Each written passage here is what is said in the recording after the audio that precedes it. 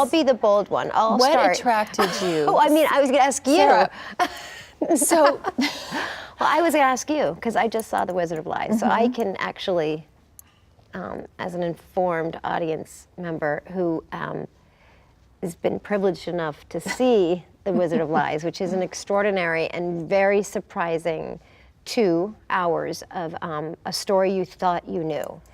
And I am actually genuinely interested, not because someone told me to ask you. and you know a little bit about this story Yes. because you did a play, which I didn't see, It's okay. which was It was somewhat sort about of, this. So. yeah, similarly sort of based on these events Also, I of the think that Madoff. people from New York are very familiar with this story.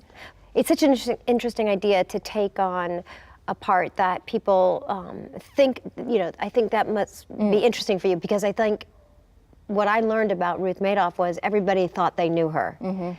And so it's another complexity to playing a real person and must have been wonderfly challenging, I guess. It was really daunting, honestly. And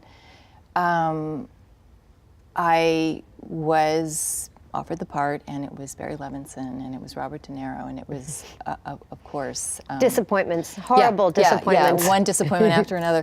And it wasn't until after I committed to it that it occurred to me that I was playing a real person, and it was the first time that I had ever done that.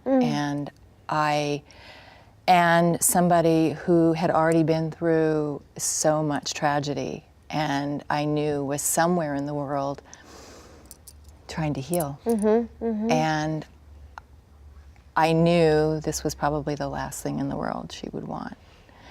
And of course I thought, can I get out of this? And I felt horrible, and I couldn't because I'd made a commitment. And so... So what do you decide when you are playing a character as unique as Ruth Madoff, who is alive? How do you, because there's lots of ways to approach it. I would assume your immediate intention was she is a human being who did or did not, was or was not complicit in this unthinkable thing, right, that her husband did. And so your job is were you wanting her to be as human for us? Did it matter to you? Do you know what I mean? Like, were you trying to defend her? Were you trying to... but it's interesting that right now you say was not complicit, but... Was or was not? Was not complicit. And I think that the consensus is that she was, and almost everyone, and I think that that's what I hoped, that at the end of the day I could represent her story as honestly as possible, and because I don't think that, look, it's not the Ruth Madoff story, but and so there's a limited amount of time, but it's she's integral because he isn't Bernie Madoff without Ruth Madoff. It's very possible if you removed her from his life that there would not be this narrative. It's very possible that the partnership allowed for a Bernie Madoff. In every way. The virtuous, if you can find it, as well as the Machiavellian. You know what I mean? So she's important is what I'm saying. Well, maybe it's not called the Ruth Madoff story, but I think she's very important in this story. Well, I think, in terms of the business side of it, she really didn't have anything to do with it. In the beginning she did. I think she did some bookkeeping for him. But more emotionally, like they were very reliant upon it. They were very bonded. He was her first and only love. And he was, as she says, her life. And it was him and those 2 boys. And who knows if I'm going to come back. Why would you say that? I'm not saying for certain. I said that you'd be able to... Forget I mentioned it. You can't do that. I'm not ready. I'm not ready to be alone. You're all I have. What about you? What about you? After all of these years deciding to come back and do a television series, which can be really grueling. Yeah. What's it like now? Because I did a television series. I did 2 when I first started out. Oh, I was going to say, like, how could I have missed those? Was that recently? It's okay. It's okay. And I just remember never working harder in my life. Yeah. and you have 2 young children. 3. 3. Yeah.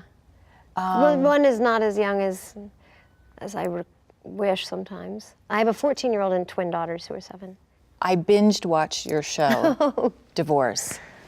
And I'm gonna tell everybody. I found the characters incredibly compelling, and I was completely sucked in, especially with your character. And I was just curious, because you did Sex and the City for a lot of years, right? How many years did you do that? I guess a cumulative, maybe about 10, 12, over did you feel like time. when that ended, did you feel like, okay, that's it, no more TV? Because it's really a grind. Yeah, it is. I mean, And what made you want to come back and do this at this time? I guess, I mean, when I finished Sex and the City and then the movies, I assumed that I wouldn't do television for a while. And I think, as I always say, it requires, it demands, and it's deserving of everything. And I personally really love the medium. I love working in television. I love its What chaos. do you love about it? I like its limitations, meaning in time. I like the urgency. I love working and working. You don't like and sitting working. around. I don't like sitting around. No. I don't like luxury. Really, probably in more ways than just what I'm describing. But I like this idea of telling a lifetime of a story, this possibility that we could go on and on if you're fortunate enough to maintain your home at HBO. The idea of living an alternate life to your own and telling a complete story about somebody, the possibility, the potential.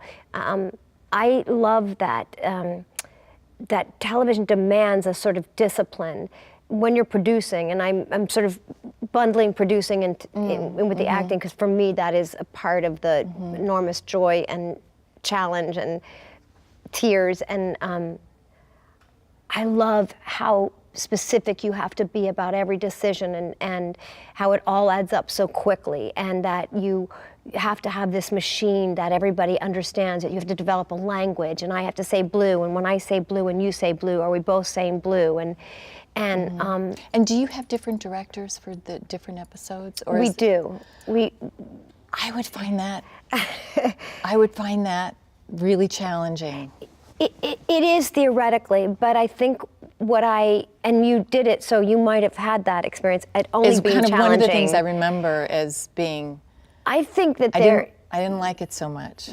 I understand that, and I think in theory, to me, if I think about it, it's terrifying when there are new people. But I mean, how do you create that shorthand with them? How do you get on the same page? So week after week, and having to start over. It's an enormous concern of mine, and I'm a real gatekeeper, watchdog, about these things. We now have a director Adam Bernstein, who's directing our first 2 episodes. That's sort of his job. He is our director, but he also is a producer. He's a producing director. So his job is to sort of take care of, watch over. Is he sort of the showrunner? He's not. Oh. No, it's different than a showrunner. Okay. No. These are good questions. His job is to, in prep, teach if there's a new person, like an interloper coming on, he needs to teach them the language. So what I always said in the first season. Did you have that the first We did, but I season? thought what was most helpful was showing dailies that I thought were the most successful attempt at what we were trying to do, to make sure that every new director that came on, I would say, like, show them scene 11 from episode 3, because that really is what we're trying to do. And if they see, okay, so they really are working in masters, and they really are overlapping, and they're really doing this and that, then they're understanding the language more quickly. I want to save my life while I still care about it. I don't love you anymore. I want a divorce. Oh, God, Robert.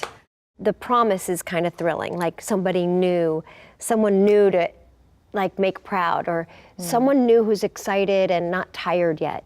I don't know. But I love television, and it was a decision that came not because I was plotting it, but this was an original idea of mine 5 years ago, and it was just an idea. I was curious about marriage, and like, what does an American, like what does a middle class American marriage look like today? And when there is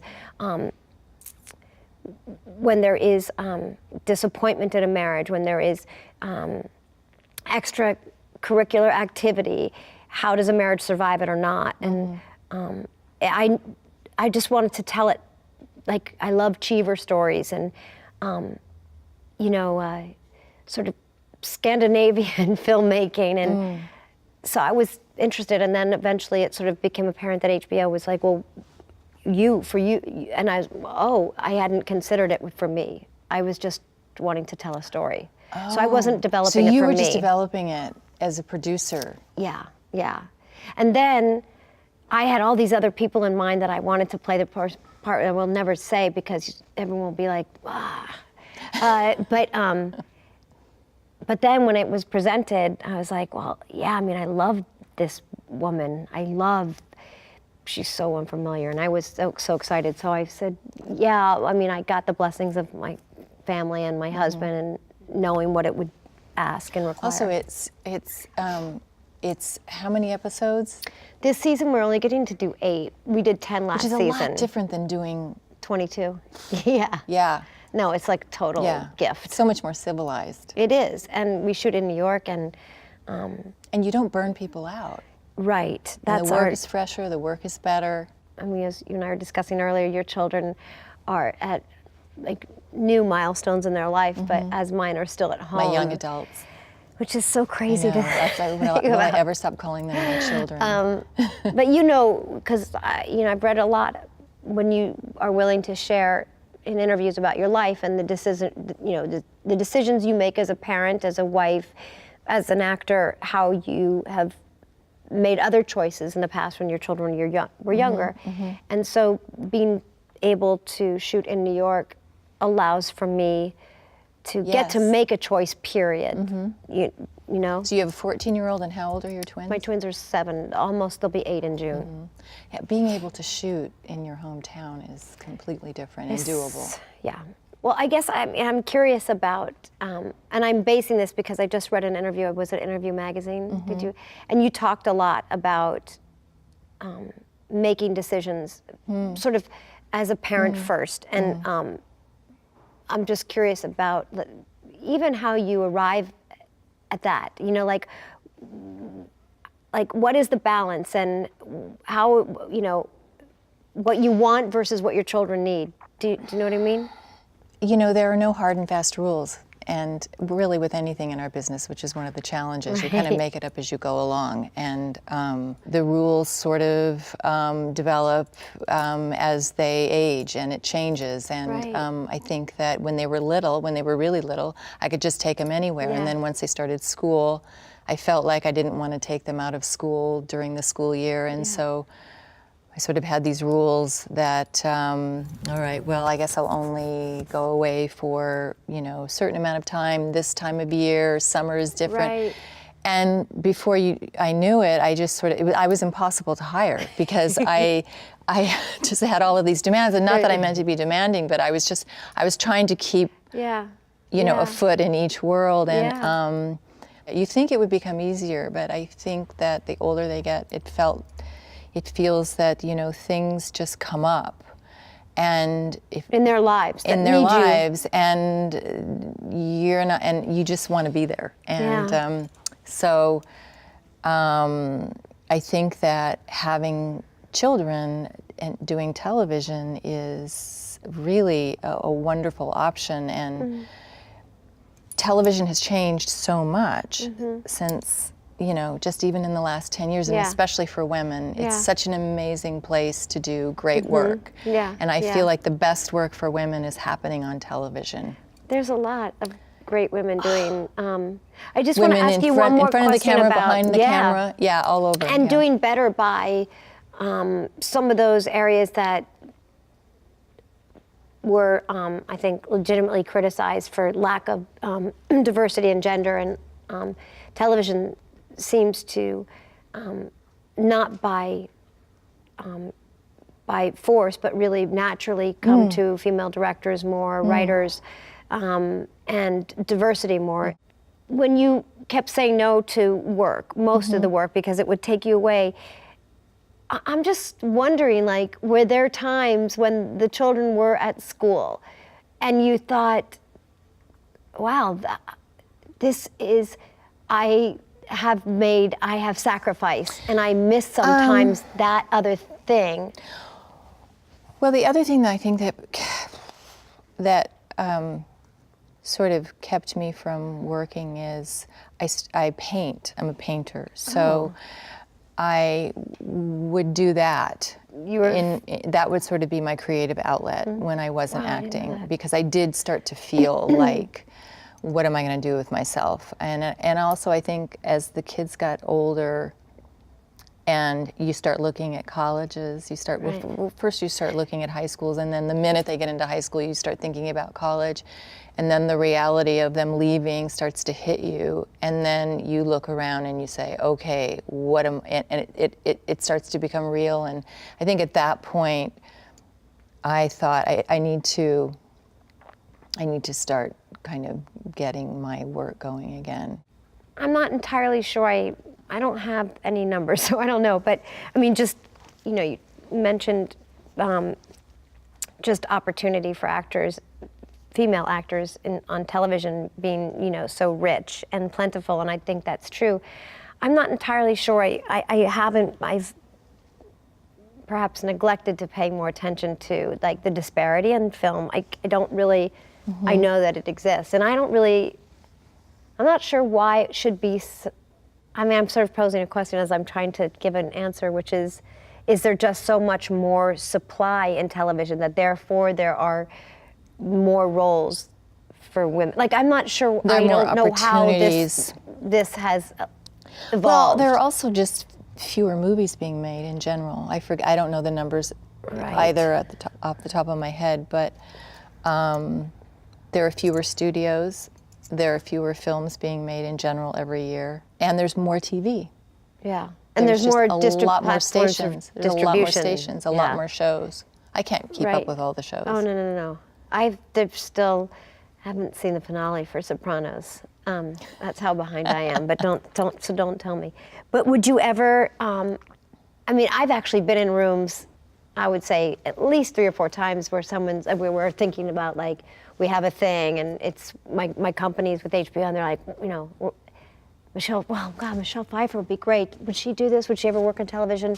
You must get endlessly offered and questioned, and I would love to do something in television, because at this stage in my life, it actually fits really well, because I also, I like the idea of just being in one place for a while. That sounds really nice to me. Yeah.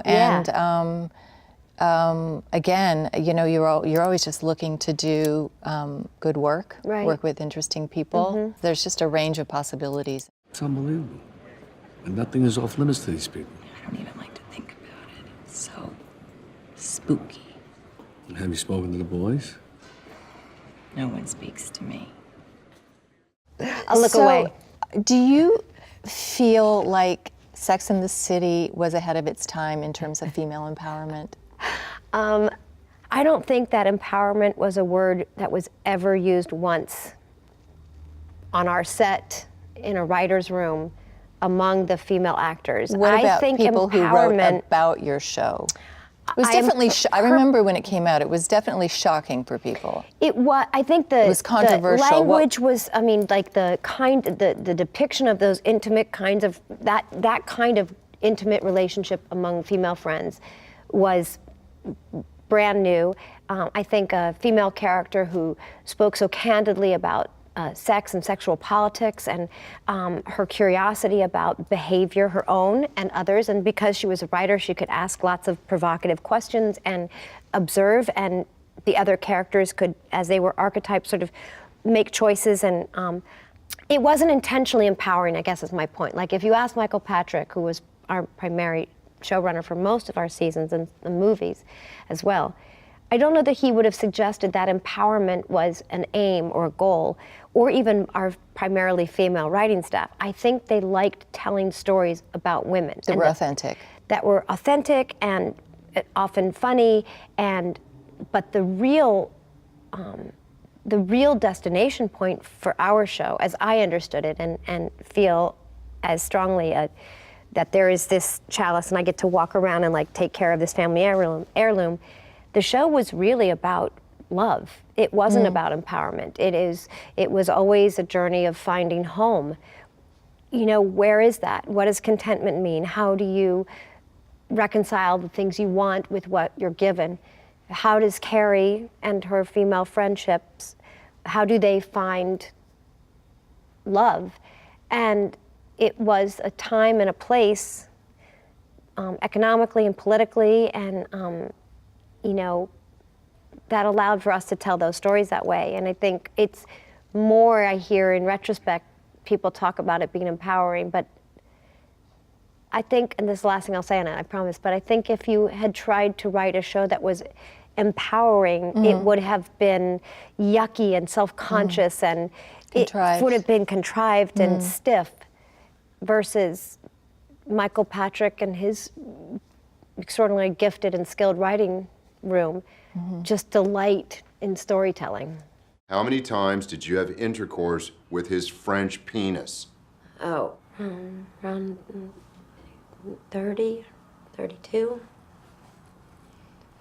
What the fuck? 32? I You had sex 32 times? So I have my own ideas about this, but if you were forced to share what you think is the role that you are most recognized for. I have a few, but what would you, I guess the difference is what do you think and what do you think others might think? Those are two different things, don't you think? I don't think I assume to know what I should be recognized for. What do you think people think is, yeah? Well, okay, could be Scarface. It could be Catwoman. Could be Susie Diamond from Baker Boys. But my guess is, I don't know. I don't know. What, this is one of those, What do you it's think? kind of not, What do you well, You weren't for going to me say it's either of those. Scarface. Okay, yeah. Except that, one of my most favorite outside of Lady Hawk, one of my most favorite movies of yours, and I've just forgotten that, is the Jeff Goldblum, is the... Baker Boys. No. Oh, Goldblum, Into the Night? Yes. Oh my God, Really? I love that movie. I've are seen that movie nuts. like 6 times. Get out! Don't you hear that from people? From No. real cinephiles? No. No? Oh, that movie is, well, it's about to be sold out at Blockbuster. I'm just kidding. I have to maybe, I don't God, that know. movie is fantastic. Okay. You don't think so? Well, I haven't seen it in 100 years. Oh, you should. Okay. You know, take a look. You know, I have a Matthew really- was. I only can see my movies once, Yeah. and even that is No, very it's difficult. a for me. painful, horrible experience. But Scarface, I mean, that's exquisite. I just saw it. James Wilkie just watched it with Matthew. He's mad. He's mad for it. Matthew's like kind of walking him through movies of such a that decade. weird- I guess so. Although it's so like as a movie, like for an audience, as a movie-going experience, it's so complete. You know, I mean, it's everything. It's physically so beautiful to look at, thanks in large part to you, and that dress, and then the bathing suit, but also because he's such a perfect filmmaker. You know, like he's such a, he knows how to like gin the audience up. You know, he knows how to like pull you in and then you care for all the wrong, like the wrong guy. You like it's also, he's such a great filmmaker. So I can see why that is such a completely satisfying, you know, experience. Wait, I was going to ask you one other thing. Oh yeah, you reminded me. You just said, what did you say about Midnight Run? Matthew was You mean telling you stories. Mean Into the Night. Into the Night. Sorry, Yeah, Into that's the fine. Night. Same thing. Yeah. I'm just kidding. That's a great movie too, but you're not in that. I'm not in that, no. But Matthew was telling this story about Marlon Brando and you know, you said you haven't seen Into the Night except for once, and that was in what, 80? I couldn't even begin to tell you what year it was. It was a great year. And so he said something to Marlon Brando about like, you know, yeah, I've never seen it or haven't seen it in years. Matthew's like, yeah, you should You should see. You're really good in it. So I'm reminding you to Do see you that go movie back again. and look at your earlier God, no, work? no, Yeah. I don't even barely look at it the first Yeah. time. No, I don't look at it if I've I'm not actually sort of forced stopped actually even looking at finished movies. I Oh, don't yeah. always see everything to. Me finished. neither, unless there's occasions they force you to. Well, yeah. For press, like if you're like, well, but I would be blissfully happy to not ever See, and a picture, dailies, the completed thing, a rough cut, none of it. I find it just, why is it so hard? you tell me. No, I asked you first. I don't know. I really mostly love the experience of acting. I love it. I love it. When it's good, when it feels good, and you're feeling that inexplicable sweet spot when the ball hits the bat, you know, like that thing. It's just the greatest. The pleasure is not the seeing it that way. The pleasure was the, what? How much time do we spend? 40% of time on the set, actually, the camera rolling? Right. And with a great person opposite, The acting is for free. that's the best. I don't need to, and I don't want to look at stuff that doesn't really matter. I don't want to pay attention to stuff about vanity that's like foolish and it's not going to help anything. And I love being an audience for other people, but I would prefer not to be my own. What about you? What's your problem? I think it's just the being so self-critical, and I think there's the perfectionist in me, and acting is not perfect. And I think Right. I've always been at my that nature. It's become worse as I've gotten older, and you realize after you've been doing this for as long as I have that it's looking at bad takes is not going to make it any better. It's not going to change anything. So why put myself through it? And for some reason, I've just become, I think, the experience has become more and more important to me, you know. Yeah. And obviously, you care about the finished product, but you realize at a certain point you only have so much control over that. Yep. So, and Have you ever been part of the editing process? I have when I used to produce, and I actually really love editing. I actually think that I would, first of all, I love things that are tedious. Right. And I love the exactness of Yeah. it. And So that means you could look at yourself in the editing process more easily than you would actually be able to if you weren't involved on the screen. And maybe that's it. Maybe when I was producing, it made more sense for me Right, to watch right. things and to go to dailies and to be familiar with the footage because I had more to say about it. Now that's not to say, usually directors are pretty generous and they actually, a lot of directors will welcome you into the editing room, I've found. Now I just want to kind of go and act and have and enjoy that experience as much as I can. I was saying how great all the performances are in the Madoff piece. Like it's a real great class for actors to watch. I mean, every performance, the Sons and your own and Mr. De Niro, and you were talking about Barry Levinson. What you were saying, you know, what an actor's director he is, and. It's so great to hear that because you really see it in the work, and I would love if you can kind of describe what that means. Like when you say an actor's director, like what does that mean? For me, Barry Levinson is like a perfect director because you know, we all have our strengths, and a lot of times, you know, directors, maybe their strength is more visual, maybe it's more with camera and shots and effects and things like that, and you know, maybe they don't focus so much on performance, and then you have the other side of it where they're more performance driven and maybe not so technical, and he's both. And I had always wanted to work with him, and there were a couple of close calls earlier on in my career, and so I had forgotten that he really knows about performance, and he So like, and can you he just also like, what does doesn't that mean? you know Is what he does? He doesn't also. he doesn't waste time. And I think it's one of the Yeah. things that you love about doing television is that he's economical and he's so clear and he's so confident and has the vocabulary. And so, So, like, meaning, would he just have a small, really smart adjustment to make that you could feel? sometimes they were big, sometimes they were small. I mean, they were just always very specific and they were always right. Yeah. And when he moved the camera, it was because it made sense. And so sometimes, sometimes there's an amazing camera move that absolutely has nothing to do with Right. really, or they want some sort of staging because it's for some other reason other than it really makes sense for the characters. Yeah. Those are really challenging to try to make those work. Yeah. But it was always very cohesive and helped whatever he asked you to do. Was good. Yeah.